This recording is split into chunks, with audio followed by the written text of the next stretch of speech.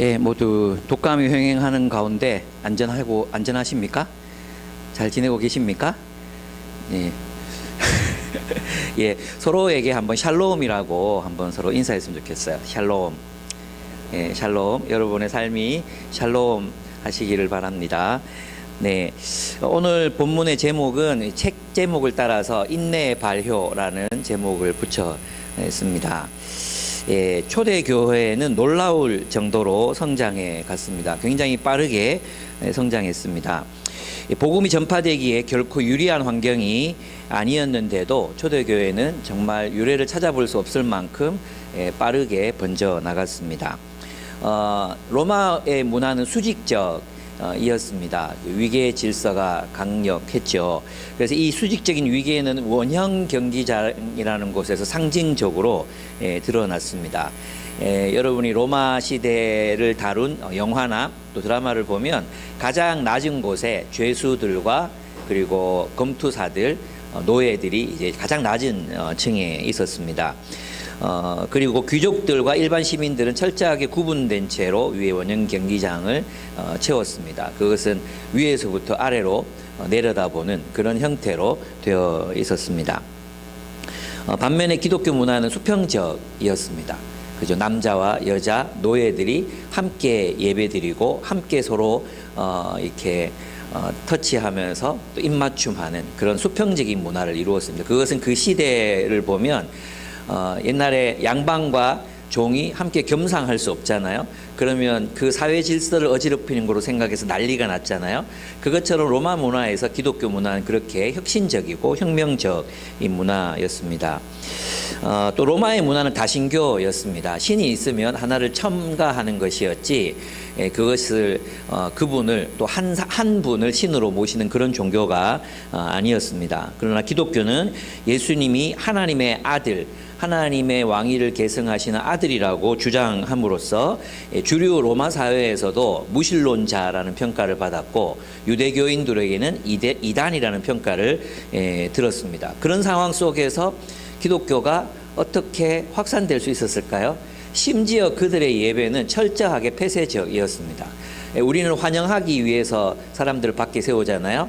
근데 그때는 못 들어오게 하기 위해서 사람을 교회 밖에 세웠습니다. 그리고 그들이 세례받은 그리스도인이 아니면 교회에 들어오지 못하게 했습니다. 그리고 예배조차도 세례라는 아주 엄격한 그런 이제 문답을 거치고 나서야 예배 설교를 들을 자격을 주었습니다.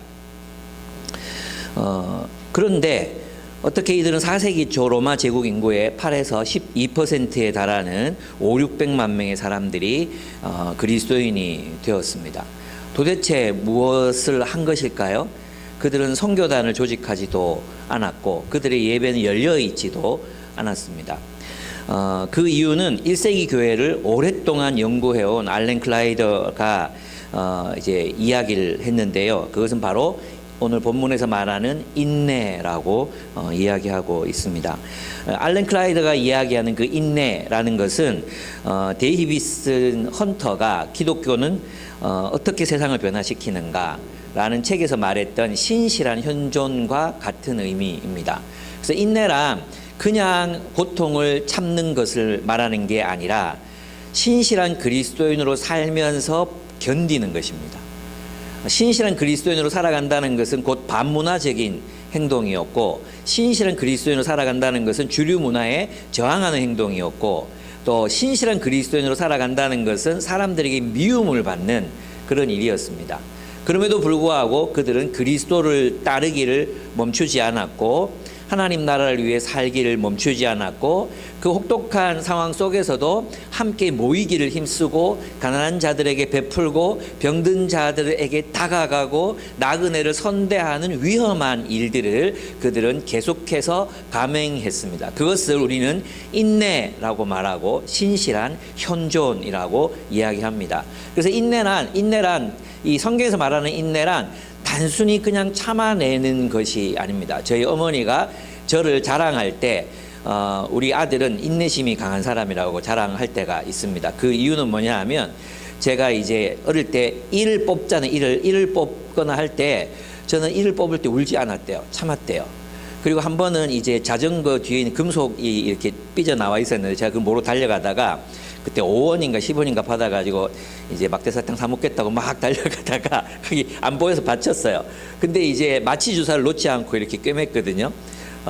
마취 주사 놓지 말고 꿰매자 해가지고. 근데 제가 참았거든요. 그런 걸 보고 어머니는 제가 이 참을성이 많은 아이라고 이렇게 우리 아내가 이제 선보러 왔을 때도 이 참을성이 많다고 이렇게 얘기했거든요. 근데 저는 참을성이 별로 없어요. 예.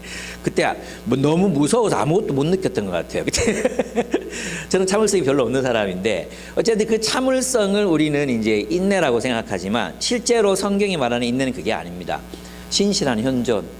그냥 어떤 압박 속에서도 어떤 고통과 고난 속에서도 어떤 반대 속에서도 신실하게 그리스도인으로 살아가기를 멈추지 않는 것, 그것을 인내라고 말합니다. 사람들 욕을 하든 말든 노예를 형제라고 부르는 것, 사람들 욕을 하든 말든 자기 아내를 극진히 사랑하는 것, 내 상황이 힘들든 어떻든 가난한 사람들을 계속해서 섬기는 것, 사람들의 감시와 발각되면 잡혀갈 수 있는 상황 속에서도 모이기를 힘썼던 그리스도인의 삶, 그것을 인내라고 하는 것이죠. 그것을 중단하지 않는 삶인 것이죠.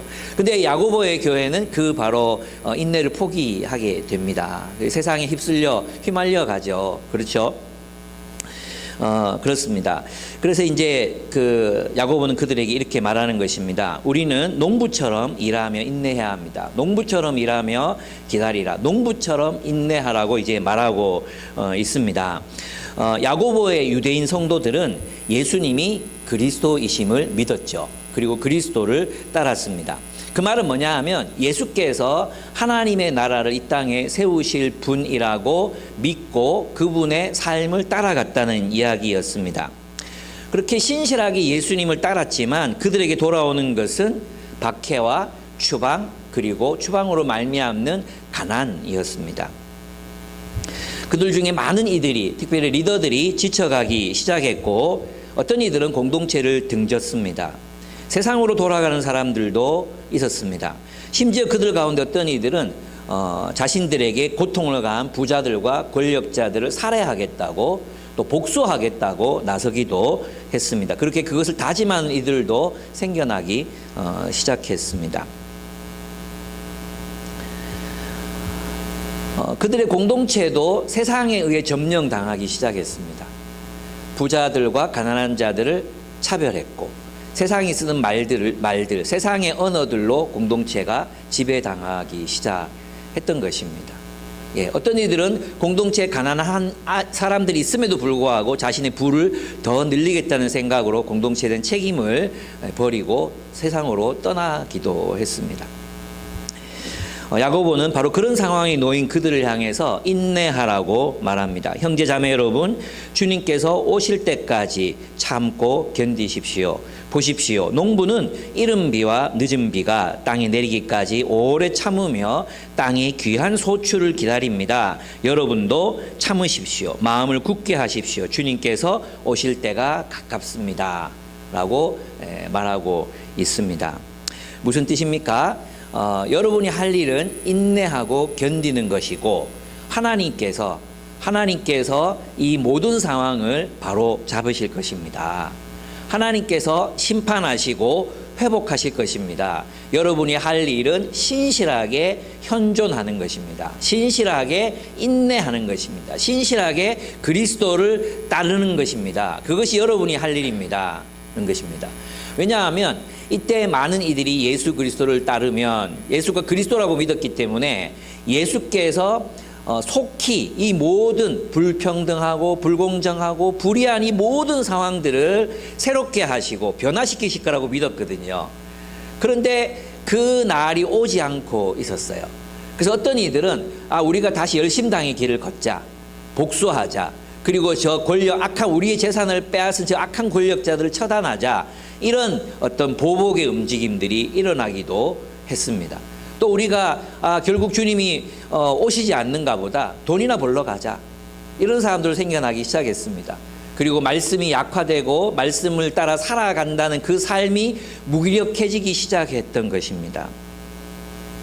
그런데 야고보는 그들에게 농부들이 기다리는 것처럼 언젠가 주님께서 오셔서 이 모든 상황을 바로잡으실 것이기 때문에 여러분이 할 일은, 우리가 할 일은 신실하게 그 자리를 지키며 인내하는 것입니다. 그리스도를 여전히 따르는 것입니다. 라고 그들에게 가르치고 있습니다. 여기서 보면 이제 주님이 속히 오실 것이라고 얘기했잖아요. 주님이 오실 때까지. 그러면 이 주님이 오실 때를 여러분 어떻게 해석하셨습니까? 많은 사람들은 우리가 늘 들어왔기 때문에 주님의 재림의 때라고 해석합니다. 이것은 이제 전통적인 해석이라고 할 수 있습니다. 이건 틀린 게 아닙니다. 맞습니다. 그러나 또 어떤 사람들은 원래 이 주님이 오실 때라는 말이 그 헬라어로 파루시아이거든요. 파루시아는 뭐냐 하면 강림하다라는 뜻을 가지고 있습니다. 왕림하다 이런 뜻입니다. 이걸 어떤 뜻이냐 하면 왕이 어떤 도시를 방문하잖아요. 그죠? 왕이 어떤 도시를 방문할 때 왕이 파루시아 한다라고 썼던 것입니다. 그러니까 이 말은 뭐냐 하면 하나님 혹은 주 예수님께서 어떤 상황을 바로 잡기 위해서 임재하시는, 강림해 오시는 하나님의 통치권으로 심판하시고 회복하시고 그리고 평화를 이루시는 그 하나님의 왕적 신적 행동을 파루시아라고 합니다. 그래서 이 파루시아를 해석할 때 두 가지 이제 전통적인 해석이 있습니다. 첫째는 뭐냐 하면 아까 말했던 주 예수님이 재림하실 때 온 세상이 하나님의 나라로 변화될 것을, 그분의 통치로 말미암아 완전한 회복과 평화가 이루어질 것을 우리는 기대합니다. 이것은 최종적 파루시아입니다. 근데 1세기 교회에서도 그리스도인들은 이 파루시아를 경험했습니다. 그것은 바로 AD 70년에 일어났었던 예루살렘의 파괴였습니다. 유대인들은 그리스도인들을 핍박했었는데 스데반의 죽음 이후에 이제 흩어졌잖아요. 근데 예수께서 고난을 당하시기 전에 이렇게 말씀하셨어요. 너희가 만약 이런 징조들을 보거든 산으로부터 도망가라 그랬어요. 산은 어디냐 하면 유대 지형을 보면 유대의 산은 바로 어디겠어요? 예루살렘이에요. 예루살렘이 가장 높은 곳에 있는 시온산에 있거든요. 그 산이에요, 산. 그 산으로부터 도망하라 했어요. 그래서 그리스도인들은 로마의 디도 장군이 예루살렘을 침공해 들어오자 하나님의 심판이 임하는 것으로 믿고 그들은 달아났습니다. 도망쳤습니다. 그리고 예루살렘이 파괴되었습니다. 그래서 이 임박한 심판은 마태복음에서 말했던 그 임박한 심판은 AD 70년 예루살렘의 멸망을 예고하고 있는 것이 분명합니다.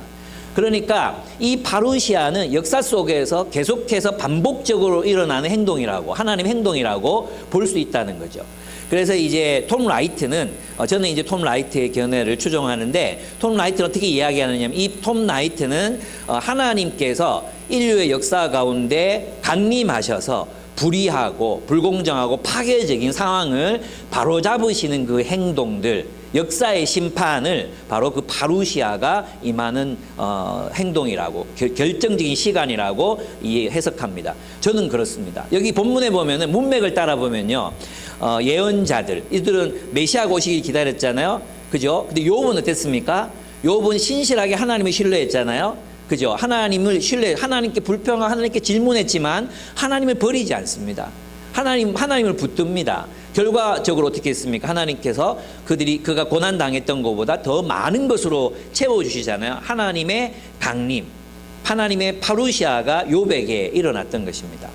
그래서 있잖아요. 이제 이렇게 말하는 거죠. 야고보는 하나님께서 너희를 직접 신원하실 것이다. 이것은 가까울 때 일어나게 되는 하나님의 공의의 심판, 예루살렘에 대한 메시아를 버리고 그리스도인들을 핍박했던 그런 예루살렘에 대한 심판, AD 70년의 심판을 직접적으로 가리키기도 하지만 또 한편으로는 그들이 신실하게 농부의 마음으로 하나님의 나라를 세우고 하나님의 나라를 일구고 형제 자매들을 돌보고 그렇게 신실하게 기독교인답게 문화를 거슬러 문명을 거슬러 살아갔던 그 사람들을 하나님께서 축복하실 것이다.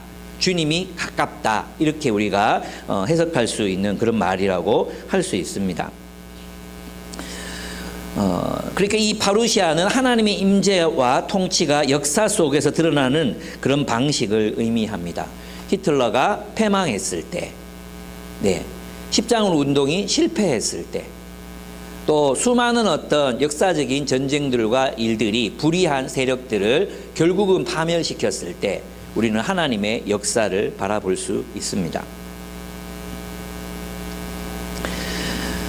그렇습니다. 그래서 본문의 문맥을 따라 주님의 강림, 이 파루시아는 이 세상의 역사 속에서 하나님의 뜻이 강력하게 실현되어 악한 권력자들과 나라를 심판하시는 것으로 지속적으로 나타나는 종말론적 현실, 종말론적 현실이다. 하나님이 통치하시는 역사를 바로 잡으시는 종말론적 현실이라고 이야기합니다. 그래 궁극적으로는 대파루시아가 있는 거죠.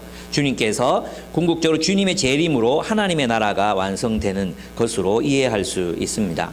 여러분은 이 세 가지 중에 이제 AD 70년의 파루시아, 또 주님의 재림의 날의 파루시아, 그리고 역사 속에서 계속해서 반복적으로 일어나고 있는 하나님의 파루시아, 이 파루시아 중에 어떤 걸 선택해도 여러분의 이것은 정당한 해석이라고 할 수 있습니다. 그런데 중요한 것은 무엇입니까? 하나님께서 결국은 모든 것을 바로잡으시기 때문에 너희는 어떻게 하라는 거예요? 인내하라. 그리스도인답게 살기를 포기하지 말라. 세상에 지배당하지 말아라. 세상의 유행을 쫓지 말아라. 세상이 그렇게 산다고 너희들도 그렇게 살면 안 된다. 여전히 너희는 그리스도를 따라 평등한 삶을 추구하고 차별하지 말고 서로 사랑하고 가진 것을 나누고 하나님을 예배하고 그렇게 살아라. 노예들을 해방시켜라. 이것이 바로 야고보의 교회들에게 하고 계시는 말씀이라고 생각할 수 있습니다. 어느 해석을 지지하든지 간에 하나님의 나라는 누가 이루신다는 것입니까? 하나님이 이루신다는 거예요. 하나님이 온 세상을 바로잡으신다는 겁니다. 하나님이 정의를 실현하신다는 겁니다.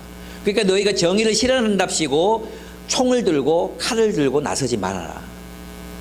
정의를 실현한답시고 너희가 함부로 사람을 살해하지 말아라. 이런 뜻입니다. 세상의 방식을 도용하지 말아라 이런 겁니다. 그래서 기독교는 어떻게 세상을 변화시키는가라는 책에서 제임스 헌터는 그렇게 말합니다. 이 책 제목이 오해가 있잖아요. 이 책 제목은 기독교를 변화시키는 방식에 대한 이야기가 아니라 기독교는 세상을 변화시킬 수 없다는 것이 핵심 주제입니다. 근데 기독교는 오늘날 우리가 알고 있는 기독교는 세상의 공기가 되어 있습니다. 우리가 숨쉬는 공기처럼 우리는 평등, 인권, 약자에 대한 보호, 정의, 민주주의 이러한 기독교적인 가치들을 숨쉬며 호흡하며 살아가고 있는 세계가 출현했습니다. 어떻게 이것이 가능했겠습니까? 하나님이 하셨다는 거예요. 제가 있잖아요. 요즘에 많이 느끼는 게 있습니다. 그게 뭐냐 하면 교회는 항상 실패한다는 것입니다. 여러분 야고보가 목회를 하던 교회였어요. 근데 그 교회 안에 차별이 있었어요. 그죠? 그리고 그 교회 안에 공동체를 저버리고 떠나서 장사하겠다는 사람들이 있었어요. 언어 폭력을 행사하는 사람도 있었어요. 그죠? 그런데 초대 교회도 실패했어요. 바울이 목회하던 고린도 교회, 로마 교회 할 것 없이 교회는 항상 결함을 가지고 있었고 항상 실패했고 항상 넘어졌습니다. 그런데 놀랍게도 하나님의 나라는 항상 전진해 왔습니다. 하나님의 나라는 항상 승리해 왔습니다. 하나님의 나라는 지금도 역사하고 있습니다. 결국 궁극적으로 하나님의 나라는 도래할 것입니다. 주님의 재림과 함께 도래할 것입니다. 놀랍지 않습니까? 우리 기쁨의 교회도 실패할 것입니다. 또 실패하고 있습니다. 맨날 시행착오합니다. 제가 기도 일기를 제 돈을 들여서 90만 원을 주고 저걸 찍었거든요. 실패했습니다. 여러분들에게 기도 일기를 쓰게 하려는 저의 시도는 실패했고 저의 90만 원은 날아가 버렸습니다. 그리고 저 뒤에 덩그러니 놓여 있습니다. 한 사람이 5권 가져갈 수 있습니다. 그런데 오늘이 지나도 사라지지 않을 것 같습니다. 쓰겠다는 사람이 없는 거죠. 그럼에도 불구하고 우리는 하나님의 나라는 여러분이 기도 일기를 안 써도 기도하지 않아도 하나님의 나라는 승리합니다. 아멘. 그 우리가 할 일이 뭡니까? 농부가 되는 겁니다. 농부의 마음으로 땅을 가는 거죠. 여러분 왜 농부라고 썼겠어요? 왜 농부를 비유로 들었겠어요? 뭐 많잖아요, 그죠? 뭐 사냥꾼이 뭐 덫을 놓고 뭐 잡히기를 기다린 같이 이렇게 할 수도 있잖아요. 근데 왜 농부라는 표현을 썼을까요? 그것은 그리스도인들이 농부라는 의미입니다. 그리스도인들은 무엇을 결실하기 일하는 사람들입니까? 하나님의 나라를 열매 맺고 하나님의 나라를 결실하기 위해서 살아가는 사람들이에요. 그래서 야고보의 교회도 있잖아요. 이 교회를 평화를 심어 정의의 열매를 거두는 공동체로 세워가기를 원했잖아요. 평화를 심어 정의의 열매를 거두는. 근데 그게 안 되고 있잖아요. 계속해서. 놀랍게도. 그죠? 근데 그 일을 했던 리더들, 장로들, 이런 사람들이 점점 힘이 빠져가요. 이거 안 되는 거 아니야? 이거 안 되는 거 아니야? 농부가 그렇잖아. 그죠? 여러분, 여기 본문에 보면 마치 하나님이 이른 비와 늦은 비를 주셔서 결실하게 하신다 하셨지만 농부들이 얼마나 쎄빠지게 고생하는지 제대한 성원이는 잘 압니다. 맞죠? 예. 그리고 우리는 1년에 한 2번밖에 안 가서 이제 농사를 거두는데 죽을 것 같습니다. 1년에 2번도 안 가고 싶습니다. 한 번씩 아내가 월요일 날 시간 되니까 가서 뭐 좀 도와드려야 된다. 나 혼자 갈게 하면 저는 가슴이 절컥 내려앉습니다. 혼자 갈게. 그럼 마음이 편하겠습니까? 낚시를 떠나는 나의 마음은 편하겠습니까? 그게 우리의 마음입니다. 농사 정말 힘든 일이잖아요. 그렇죠. 공동체를 세우는 일이 쉬운 일이 아닙니다. 그렇게 어렵습니다. 정말 힘들고 사람들의 마음을 기경한다는 것, 사람들의 성품을 변화시킨다는 것, 공동체를 하나님의 나라로 세워간다는 것 불가능에 가까운 일입니다. 그죠? 근데 놀랍게도 하나님이 일하신다는 거예요.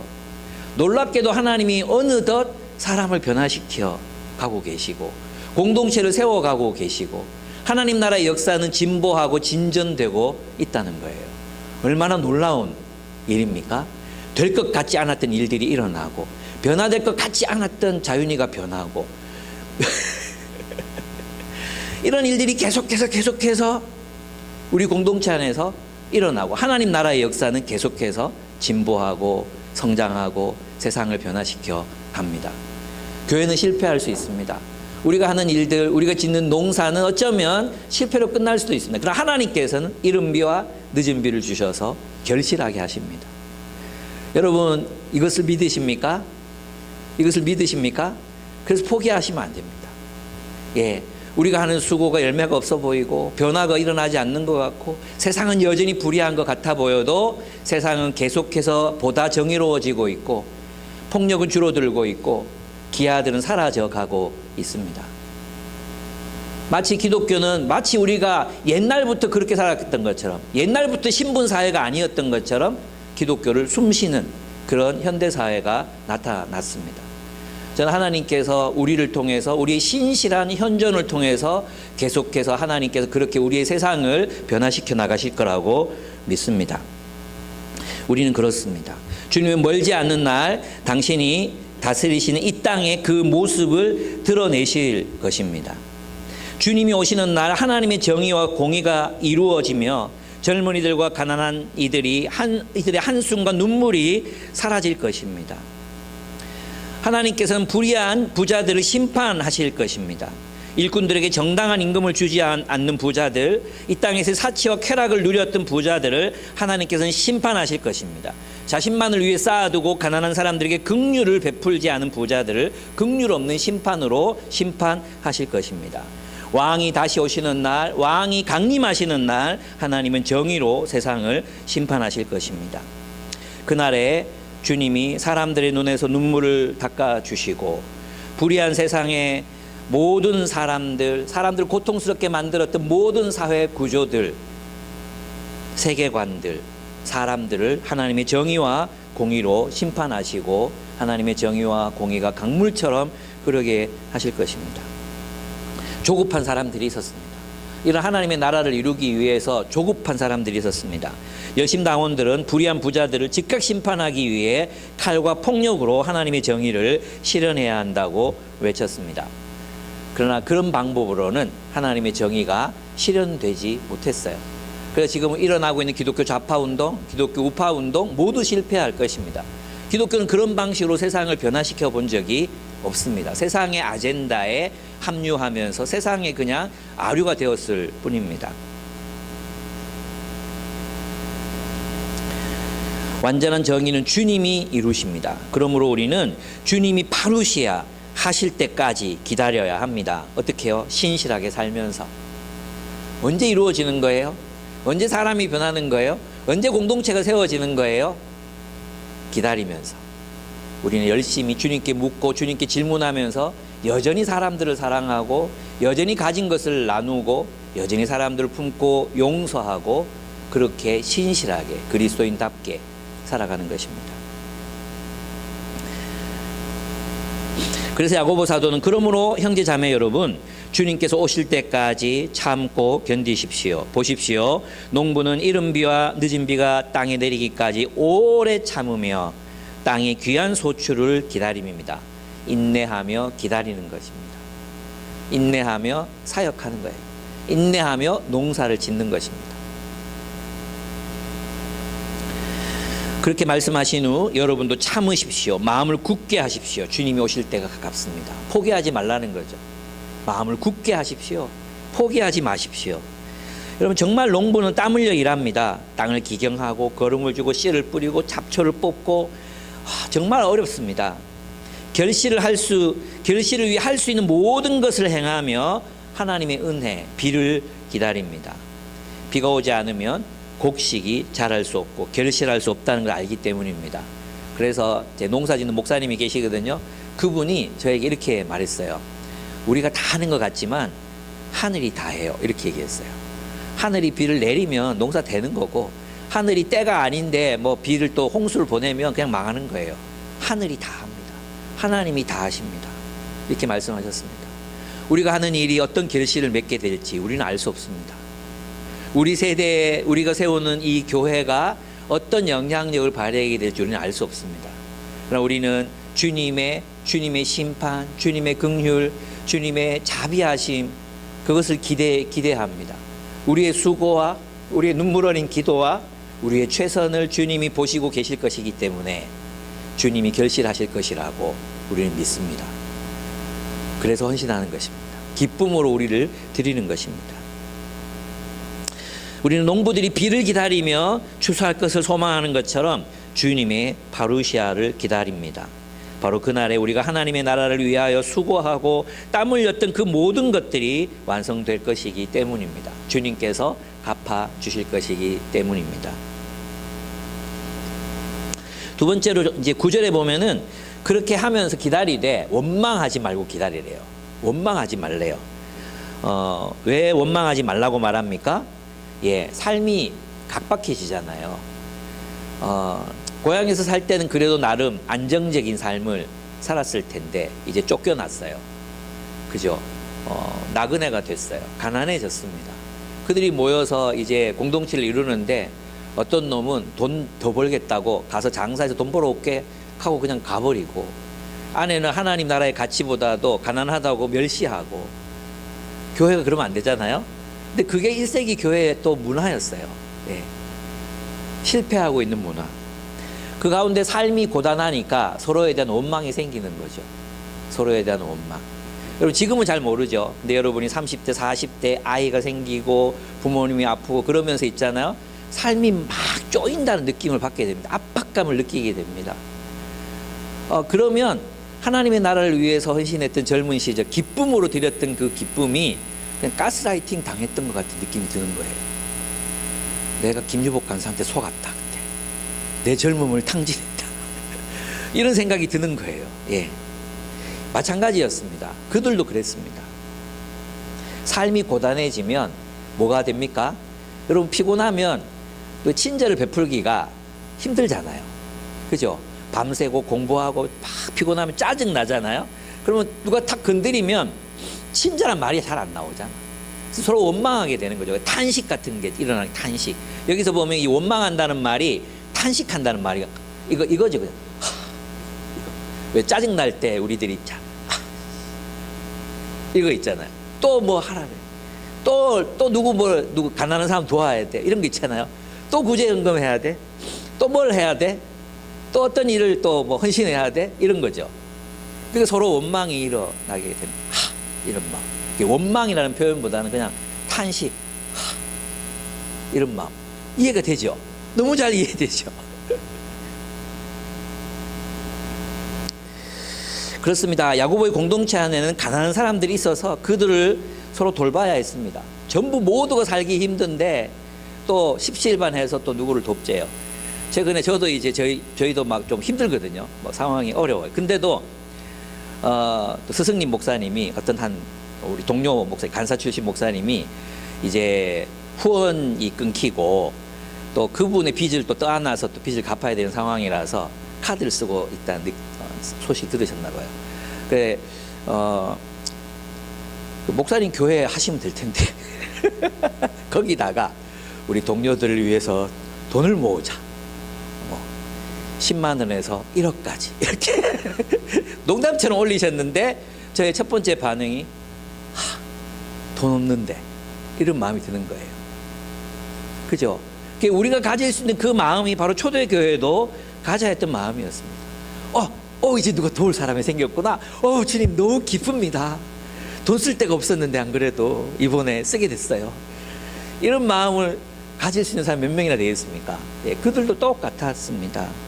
국수주의에 사로잡힌 열심 당원들이 교회에 들어와서 극단적인 주장을 하며 파당을 막 지었습니다. 그리고 막 대들기 시작합니다. 왜 혁명에 가담하지 않느냐? 왜 무장투쟁하지 않느냐? 그죠? 또 왜 태극기 들고 안 나가냐? 막 이런 이야기들이 교회 안에 막 들고 일어나게 됐습니다.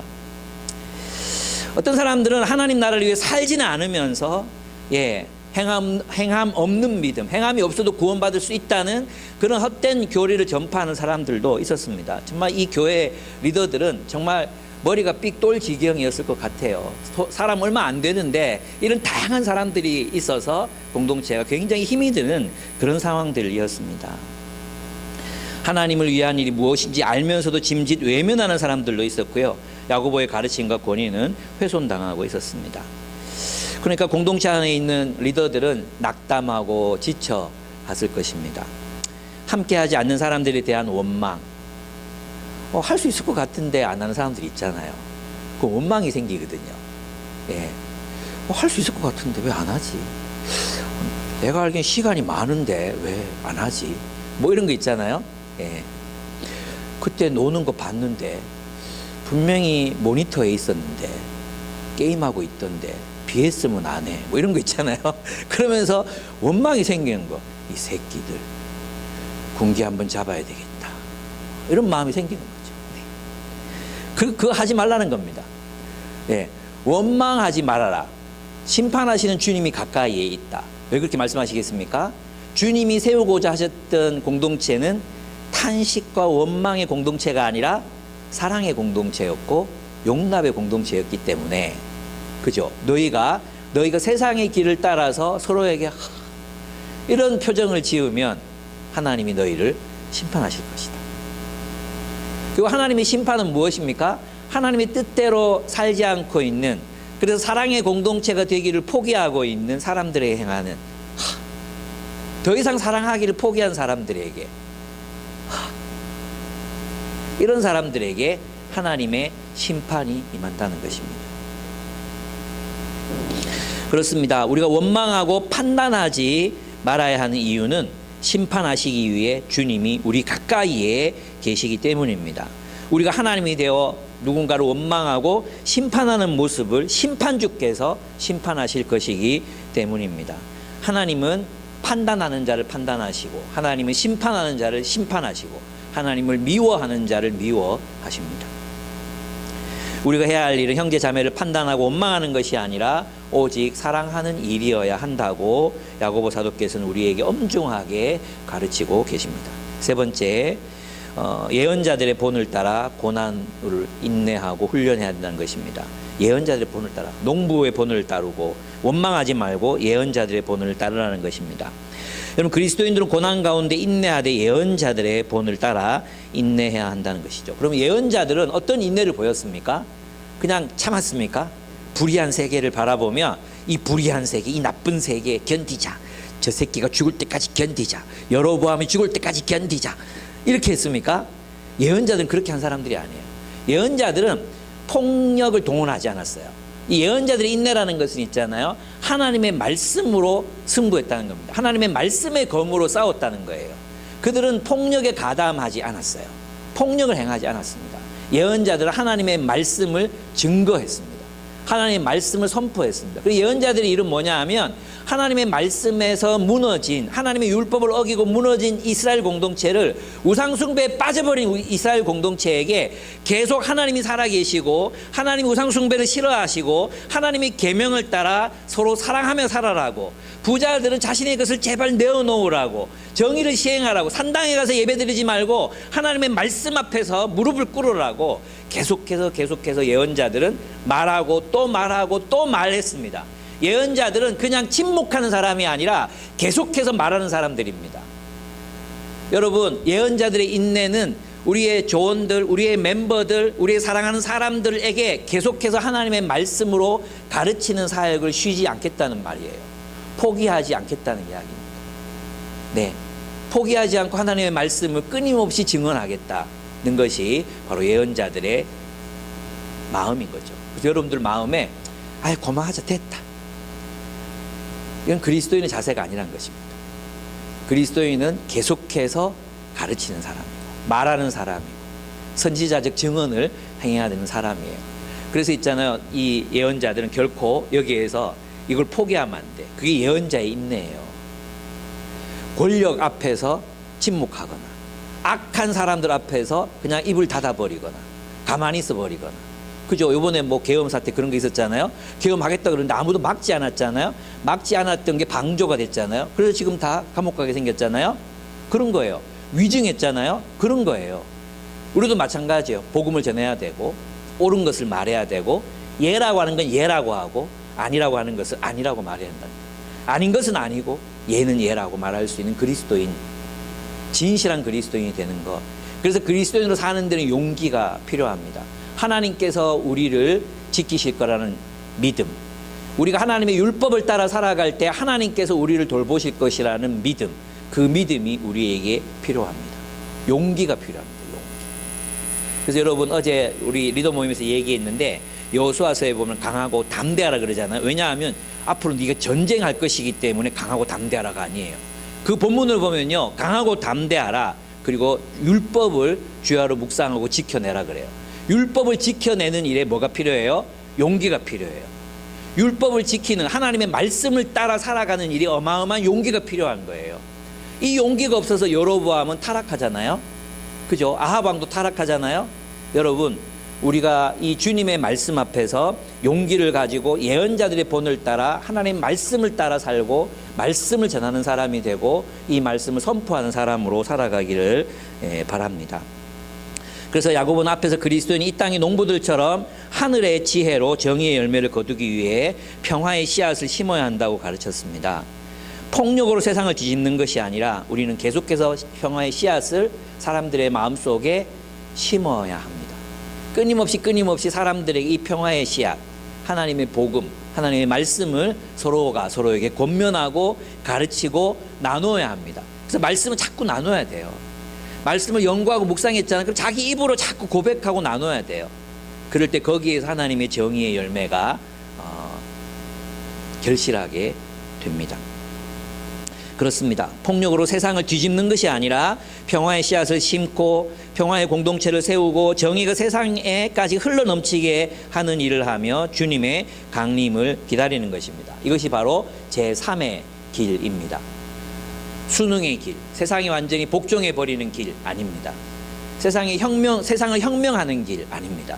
제3의 길, 그리스도를 따르는 길로 우리는 세상을 변화시켜 왔습니다. 그렇습니다.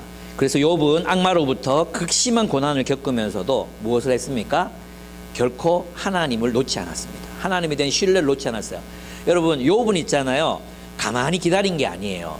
욥은 하나님께 대들었어요. 내가 뭘 잘못했다고 이런 고난을 주십니까? 그게 맞습니까? 이게 옳은 일입니까? 하나님께 정의를 물었어요. 하나님은 근데 있잖아요, 그렇게 놀랍게도 하나님께 질문하는 욥을 거추장스럽다거나 또는 그 욥을 향해서 네가 악인이라고 말하지 않았어요. 누가 악인이 된지 아십니까? 욥처럼 질문하지 않았던 세 친구들을 불의하다고 하나님께서 판단하십니다. 하나님을 신뢰하는 사람은 하나님께 대듭니다. 하나님께 묻습니다. 하나님께 질문합니다. 하나님 왜 세상이 이렇게 불의합니까? 왜 의로운 자가 고난을 받습니까? 내가 잘못한 게 없는 것 같은데 왜 내가 이런 고난을 받아야 합니까? 하나님께 질문하는 거야. 하나님께. 왜? 하나님을 기대하기 때문이에요. 근데 이미 답을 다 알고 있다고 생각하는 사람들이 죄인이에요. 이미 답을 다 알고 있다고 생각하고 욥을 판단하고 욥에게 지적질했던 그 세 친구들, 의로움, 그들의 말을 욥기에서 읽어보세요. 틀린 말이 있나? 하나도 틀린 말이 없어요. 근데 그들은 하나님께 질문하지 않았어요. 하나님께 묻지 않았어요. 그러나 욥은 하나님께 끊임없이 질문합니다. 그 질문하는 욥을 하나님은 의롭다 하십니다. 하나님은 욥을 만나 주십니다. 욥 앞에서 하나님이 나타나십니다. 하나님이 어떤 분이신지를 보여주십니다. 우리 하나님은 그런 분입니다. 그렇습니다. 그 제3의 길을 끊임없이 걸을 때 하나님이 욥을 어떻게 하셨습니까? 회복하셨습니다. 그의 병을 낫게 해주시고, 악마가 임하게 했던 그 종기 막 너무 간지러워가지고 기와장으로 막 긁었잖아요. 뼈가 드러날 때까지 그렇게 고통스러웠지만 하나님께서 그를 낫게 해주시고, 악마가 죽였던 자녀들도 또 얻게 하십니다. 재산들도 배가 되게 하십니다. 하나님 어떤 분이십니까? 하나님은 하나님의 나라를 위해서 심고 농사하고 말하고 고통당하고 핍박당하고 그랬던 예언자들과 같은 삶을 살아갔던 사람들을 긍휼히 여기시고 불쌍히 여기셨습니다. 주님은 가여워하시는 마음이 넘치고 불쌍히 여기시는 마음이 큽니다. 주님은 우리의 고난을 보고 계십니다. 주님은 우리의 하나님의 나라를 위한 헌신을 보고 계십니다. 여러분이 엎드려 누군가를 위해 눈물을 흘리며 기도하는 그 모습을 보고 계십니다. 누군가의 거절 때문에 마음이 상하고 힘이 들고 살아가는 게 어려워지고 내가 하는 일들이 열매를 맺지 못한다고 느껴지고 좌절감이 느껴져서 혼자 울 때, 내가 지금 잘 살고 있나라는 후회가 내 마음에 들이닥칠 때, 어쩔 수 없는 범죄로 어쩔 수 없는 실책으로 하나님 앞에서 무릎을 꿇고 용서해 주십시오라고 우리 주님 앞에 무릎을 꿇을 때 주님은 우리를 보시고 가여이 여기십니다. 불쌍히 여기시는 분이십니다. 그리고 우리의 수고에 하나님의 풍성한 결실로 풍성한 열매를 맺는 공동체로 하나님이 여러분의 수고에 보답하실 것이라고 저는 확신합니다. 인내하십시오. 참으십시오. 하던 일을 계속하십시오. 포기하지 마십시오. 이 땅에 탁월한 하나님 나라의 공동체를 세우겠다는 그 꿈, 그 상상, 그 비전, 그것을 포기하지 마십시오. 세상과 다른 나라를 세상 한복판에 세우겠다고 하셨던 예수님의 꿈, 그 꿈을 우리의 꿈으로 우리는 삼았습니다. 그 꿈을 포기하지 마십시오. 한 사람이 변화될 수 있다는 소망, 이 작은 개사씨 같은 하찮은 존재가 백향목 같은 존재가 될 거라는 그 소망, 그 소망을 잃지 마십시오. 참 안쓰러워 보이고 한심해 보이는 사람들이 모인 이 공동체가 하나님 나라의 영광을 드러내고 빛을 발할 것이라는 것을, 그 꿈을 잃지 마십시오.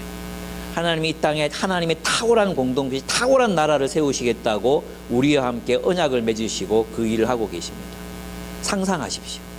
주님의 뜻이 이루어지는 공동체, 주님의 뜻이 교회는 비록 실패하더라도 이루어질 하나님의 나라를 상상하십시오. 그리고 포기하지 말고 여러분의 시간과 우리의 모든 것들을 주의 나라를 위하여 드리시는 여러분들이 되시기를 축복합니다. 한 가지 예화만 들고 마치도록 하겠습니다. 여러분, 그 그리스도인들은 신실하게 현존했다 그랬잖아요. 그 신실한 현존, 인내는 무엇을 만들어내느냐, 인내의 발효로 생겨나는 게 뭐냐 하면 바로 그리스도인의 변화된 성품이었어요. 변화된 삶이었어요. 그게 어디서 드러났느냐? 죽음 앞에서 드러났어요. 그래서 퍼페투아와 펠리치타라는 이 두 사람의 이야기, 이 퍼페투아는 주인이 노예 주인, 펠리치타는 노예예요. 근데 예수님을 믿었어요. 근데 이제 그 세베루스라는 왕 황제가 로마를 지배했을 때 원형 경기장에 끌려가서 죽임을 당하는 그런 이제 처벌을 받게 됐어요. 근데 그리스도인들이 이 두 사람만 아니라 다른 사람들과 함께 가는데 보통 원형 경기장 안에 들어가면 그 황소가 나와서 막 이렇게 들이받고 막 표범 풀어놓고 이렇게 하거든요. 근데 이 사람들이 서로 살기 위해서 막 도망친 게 아니라 행렬을 이루어서 당당하게 걸어 들어갑니다. 그리고 놀랍게도 퍼페투아 펠리치타가 노예와 주인이잖아요. 주인과 노예의 사이인데 두 사람이 손을 잡고 당당하게 원형 경기장 안에 섰습니다. 그것은 수직 문화, 계급 문화에 점철되어 있었던 그 사람들에게 그리스도인의 아비투스, 그리스도인의 제2의 본성이 무엇인지를 보여준 행동이었어요. 무엇이었습니까? 나와 노예는 같은 존재입니다. 그게 그냥 의식해서 나온 게 아니에요.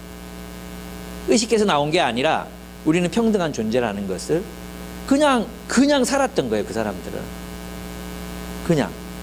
그리고 마지막 처형 막 이제 이 둘을 가르쳤던 이제 문답 교사, 오늘은 목사님 같은 분이 계셨거든요. 그분이 표범에 물려 죽습니다. 피를 많이 흘리고 죽습니다. 근데 최후의 공격이 있기 전에 그들은 원형 경기장에서 막 이렇게 막 도망치고 막 서로 살기 위해서 그렇게 한 게 아니라 둘러서서 서로를 포옹하고 예배 때 했던 것처럼 서로에게 입 맞추고 서로를 격려하고 그 모습으로 그들은 최후를 맞이했습니다. 처형장이었던 원형 경기장이 그들에게는 하나님을 예배하는 예배의 장소가 되었던 것입니다.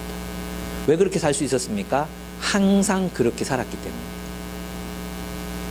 항상 그렇게 살았기 때문에. 인내했기 때문에. 신실하게 현존했기 때문에. 주일만 그렇게 산 게 아니라 그들은 매 일상의 삶을 하나님의 뜻대로 살아냈기 때문에.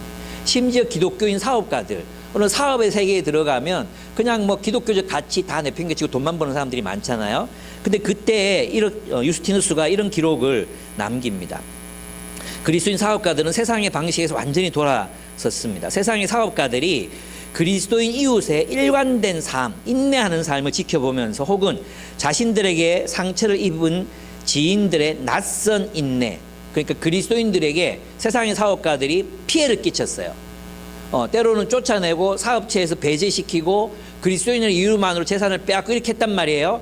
근데 그리스도인들은 낯선 인내, 그 세상이 보여준 보통 보복하고 다시 저항하고 그랬지만 그들은 거기에서 신실하게 인내했습니다. 혹은 그들이 자신들과 사업하는 방식을 경험하면서 폭력과 횡포라는 방식으로부터 돌아섰고 그것들을 극복했다.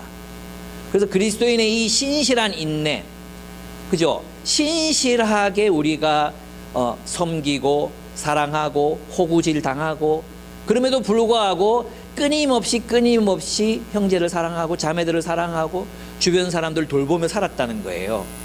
그 결과로 사람들이 주님께로 돌아오게 되었습니다. 그것이 바로 서론에서 말씀드렸던 초대교회가 4세기까지 급성장할 수 있었던, 전혀 기독교에 호의적이지 않았던 그런 세상 속에서 기독교가 삶으로, 인내가 발효된 삶, 신실하게 그 자리를 지켰던 그 인내로 살았던 그 삶이 우리 사람들의 본성을 변화시키고 사람들의 성품을 변화시키고 그 변화된 성품이 사람들에게 하나님 나라에 대한 증언으로 나타났다는 것입니다. 욥의 결국을 보십시오. 여러분, 그리스도인답게 살기를 포기하지 마십시오. 그리고 그리스도인답게 살아가는 삶이 힘들고 누군가를 돌보는 것이 어렵다고 도망가지 마십시오. 끝까지 그 자리를 지키십시오. 내 본성에 맞지 않다, 내 스타일이 아니다, 또는 힘들다, 이런 모든 핑계거리들을 다 내어버리고 주님이 있으라고 하신 그곳에서, 주님이 멈추라고 하시는 그곳에서, 주님이 가라고 하시는 그곳으로 가며 신실하게 주님을 따르는 여러분들의 삶이 되기를 축복하고 또 축복합니다. 아멘. 함께 기도하겠습니다. 네.